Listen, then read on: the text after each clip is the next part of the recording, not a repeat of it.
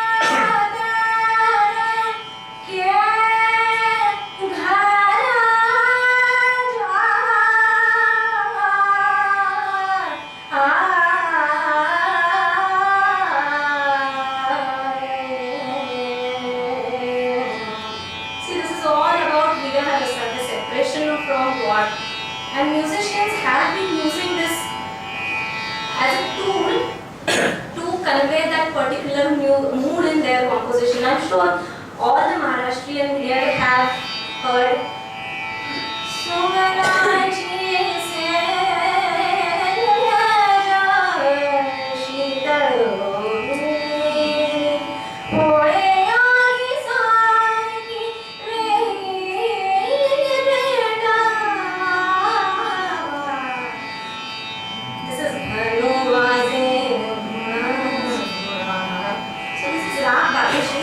Viramini by great saint Jnaneshwar Maharaj. And this is Virahini. Virahini is separation song. The beloved is separated from the lover, and this is the song of separation. So the Indian ragas have been assigned some moods. Particular ragas have been assigned particular moods, and traditional musicians as well as modern musicians. As you have seen, Ganuwaze Guna Guna is the tune is not composed by Gyaneshwar Maharaj. It is composed by Hridaynath Mangeshkar ji, but he has used the essence of Raga Bageshri or the mood of Raga Bageshri so well that with music the verse comes out and reaches more effectively to the people. So, thus, raga music and poetry, or what we call verse, both have power to take us beyond words. Whatever that could not be, reached with well elicited or detailed story or 1 hour long speech could be conveyed to you within a matter of few minutes. So, because the greatness or effectiveness of poetry or music lies in the thing that it is short, it tells you the essence, it gives you the seed thought and makes you ponder over it. So if I tell even my child the same thing 10 times, it wouldn't be effective. But one effectively rendered, perfectly pitched, good frequency music would make such a deep effect on you, that long speeches or long stories wouldn't be able to make on you. This power of music or this effect of music was realized and well used by the seers or philosophers or saints of India. And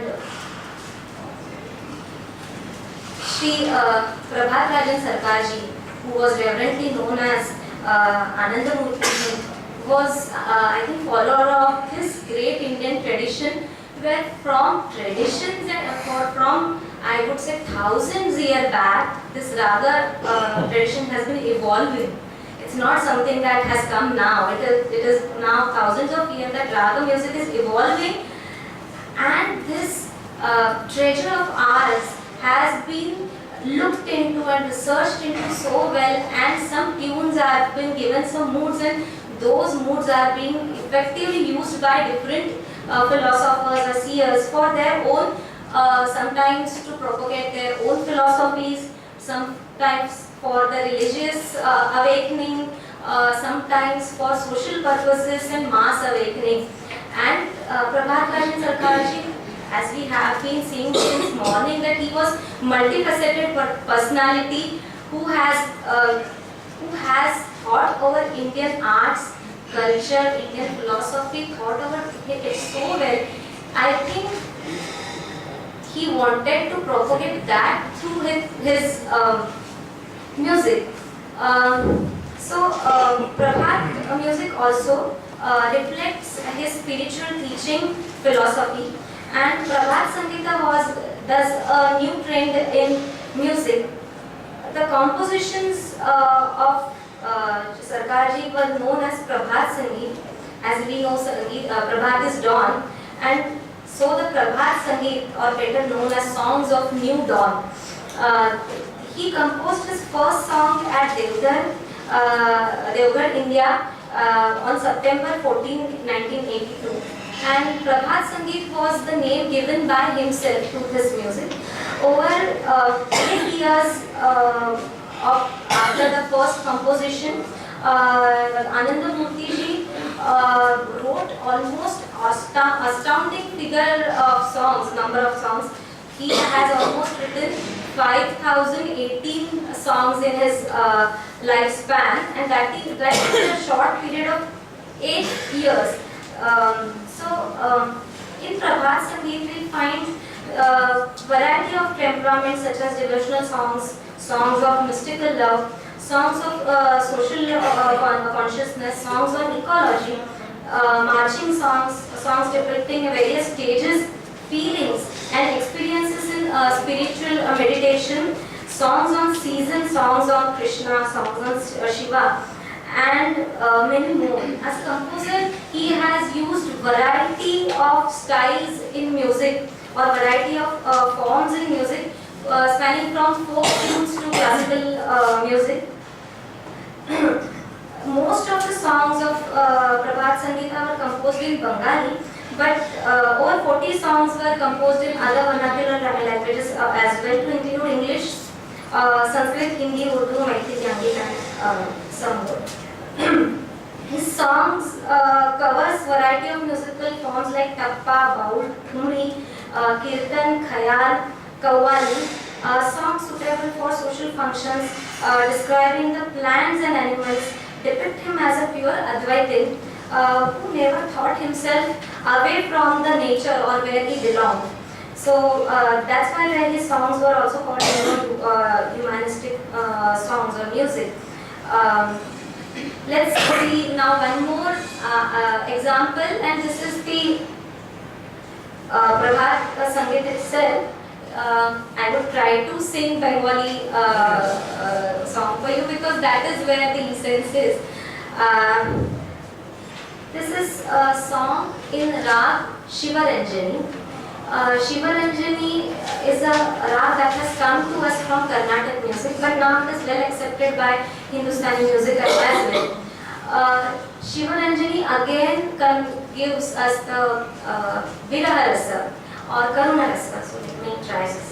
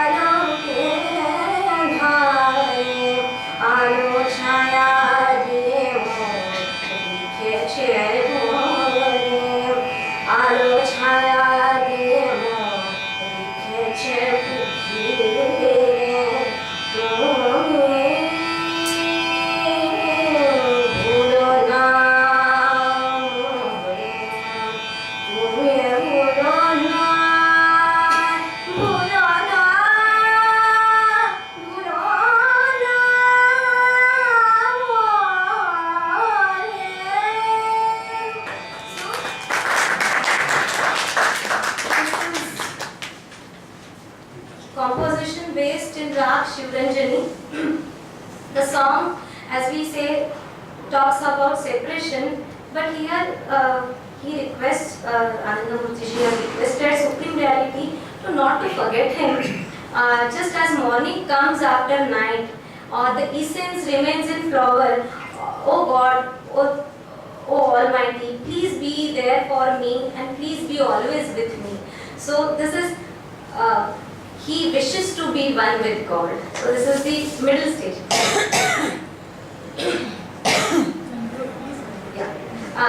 Prabhat Sangeet inspires the singers and listeners to shake off the depression, melancholy, fatigue, and generate vitality in life. Novelty, excellence, and uniqueness of its inner spirit, rhythm and tempo, and melody are hallmarks of Prabhat Sangeet. These are blended with a view to give wonderful supra-aesthetic effect to human mind. With its sublime aura and feeling of optimism in reaching one spiritual goal, Prabhat Sangeeta is embodiment of inner truth of human life. Thus, Prabhat Sangeet is now a full-fledged school of music with its own distinct style. It has heralded a new dawn in the realm of music and culture. Sarkarji has also founded an organization called RAVA, Renaissance Artists and Writers Association, where in many renowned musicians have sung his compositions like Vidushi, Shruti Sardalikar ji, Ashwini Bhide Deshpande ji, Ustad Rashid Khan ji, Kavita Krishnamurthy ji, to name few. There is one book written by Sarkarji on music which is titled Sangeet. And he has followed the views of ancient musicologists regarding origin of music, etc. And he has kept vocal music on the highest pedestal in music because it is able to convey bhav more convincingly. That is what he has suggested, and that's why he has proposed Kirtan as the most needed and most celebrated form in music, because it has ability to elevate man spiritually, mentally and physically, and helps him to be one with